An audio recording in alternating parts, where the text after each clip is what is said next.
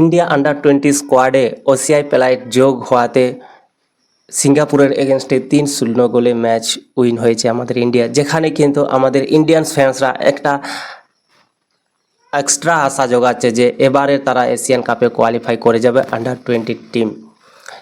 যেখানে ভাই মহেশ গোয়ালি এই আন্ডার-20 টিমের হেড কোচ রয়েছে এশিয়ান কাপের কোয়ালিফায়ার ম্যাচ খেলার জন্য, যেখানে আমরা বি গ্রুপে রয়েছি এবং আমাদের গ্রুপে যে টিমগুলো রয়েছে বাংলাদেশ, সিরিয়া এবং উজবেকিস্তান রয়েছে একজন হোস্ট কান্ট্রি হিসাবে।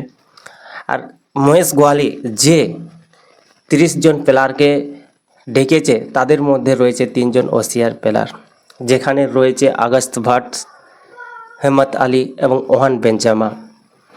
এই 3 জনকে দেখে আমাদের সবারই মনে হচ্ছে যে আমরা একটা স্ট্রং কোয়াড পেয়েছি এবং আমাদের গ্রুপে আমরা টপ করে এশিয়ান কাপে কোয়ালিফাই করতে পারি, কারণ এই 3 জনই দুর্দান্ত প্লেয়ার। যেখানে হেমত আলী ইউএর প্লেয়ার এবং ইউএই তারাও চাইছিল যে এই প্লেয়ারটাকে আমাদের দলে দরকার, কিন্তু হেমত আলী তিনি কিন্তু সাফ না করে দেয় ইউএকে। তিনি জানান যে আমি ইন্ডিয়ার হয়ে খেলতে চাই।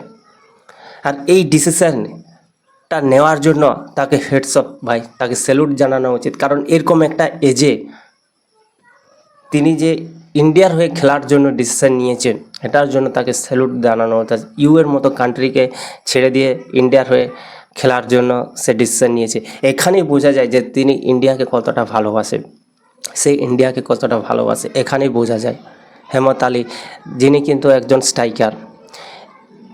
আমরা যদি আগস্ট ভটকে দেখি, তিনি কিন্তু একজন স্পেনের ক্লাবের হয়ে খেলছে, যেখানে কিন্তু সে লেফট উইঙ্গার। এবং আমরা ওহান বেঞ্জামাকে যদি দেখি, সে কিন্তু স্লোভেনিয়ার একটা ক্লাবে খেলছে, সেখানে সে রাইট উইং পজিশনে খেলে। তো এই 3 জন প্লেয়ারকে আমাদের ওসিআই, এই 3 জন প্লেয়ারকে আমাদের আন্ডার-20 কোয়াড দেখে এখানে কিন্তু একটা এক্সট্রা মোটিভেটেড লাগছে ভাই, একটা এক্সট্রাই আশা জোগাচ্ছে যে আমরা কিন্তু এবারের এশিয়ান কাপ কোয়ালিফায়ারে আমরা কোয়ালিফাই করে যেতে পারি। আমরা যদি উজবেকিস্তানকে, হোস্ট কান্ট্রি উজবেকিস্তানকে যদি আমরা নাও হারাতে পারি, আমরা যদি সেকেন্ডে ফিনিশ করতে পারি, তারপরেও আমরা কিন্তু এশিয়ান কাপে কোয়ালিফাই করে যেতে পারি। আর এটা কিন্তু সবাই বলছে যে গ্রুপ অফ ডেথ গ্রুপ, কারণ বাংলাদেশ রয়েছে, উজবেকিস্তান রয়েছে, সিরিয়া রয়েছে, আমাদের ইন্ডিয়া রয়েছে। তো এই 3 জন স্কোয়াড, এই 3 জন ওসিআই প্লেয়ার আমাদের স্কোয়াডে যোগ হওয়াতে কিন্তু আমাদের স্কোয়াড স্ট্রং লাগছে। কালকে আমরা দেখেছি যে সিঙ্গাপুরের এগেনস্টে আমরা যদিও ম্যাচটি দেখতে পাইনি, যে সিঙ্গাপুরের এগেনস্টে যে আন্ডার-20 ফ্রেন্ডলি ম্যাচটা হলো, সেটা কিন্তু কোথাও লাইভ দেখানো হয়নি। সেটা বলেই ছিল যে ক্লোজ ডোর ম্যাচ হবে, যেখানে কিন্তু কোনো দর্শক এন্ট্রি থাকবে না, কোনো কিছুতে লাইভ দেখানো হবে না। তো সেখানে ভাই সিঙ্গাপুরকে 3-0 গোলে হারিয়েছে আমাদের ইন্ডিয়া, যেটা কিন্তু একটা 3-0 গোলের লিডটা কিন্তু কম না।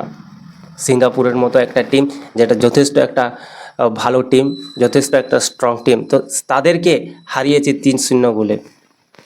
যেখানে গোল করেছে ঋষি সিং 45+2 মিনিটের মাথায়, সামি গোল করেছে 63 মিনিটের মাথায়, এবং 83 মিনিটের মাথায় তারা একটা ওন গোল কনসিস্ট করে। যদিও আমরা এই ওসিআই প্লেয়ারদের কাছ থেকে আমরা গোল দেখতে পাইনি, বা তারা কীরকম পারফরমেন্স করেছে আমরা দেখতে পাইনি, তারপর আমরা না দেখতে পেয়েছি তো কী হয়েছে, আমাদের যিনি কোচ রয়েছেন মহেশ গোয়ালি, তিনি দেখতে পেলেই হচ্ছে, তিনি বুঝতে পারলেই হচ্ছে। কারণ তার জানা হচ্ছে যে কে বেঞ্চে মানে সুপার সাব হিসাবে সে ভালো পারফরমেন্স করছে, বেঞ্চ থেকে কে স্টার্টিং 11-এ ভালো পারফরমেন্স করছে, আমাদের মহেশ গোয়ালি স্যার জানলেই হবে, আমাদের জানা দরকার নেই। আমরা শুধু এশিয়ান কাপের কোয়ালিফায়ার ম্যাচগুলো দেখতে চাই এবং সেখানে আমাদের টিম ভালো পারফরমেন্স করুক, এটাই আমরা দেখতে চাই।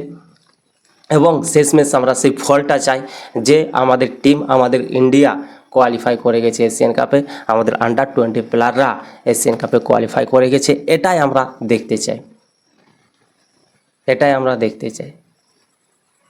আর এই 3 জন প্লেয়ার আসাতে কিন্তু একটা ইন্ডিয়ান দর্শকদের এক্সট্রা কিন্তু আশা জাগাচ্ছে যে আমরা এশিয়ান কাপে কোয়ালিফাই করে যাব, আমাদের মতো ফ্যান্সদের একটা এক্সট্রা আশা জাগাচ্ছে যে আমরা এশিয়ান কাপে কোয়ালিফাই করে যাব।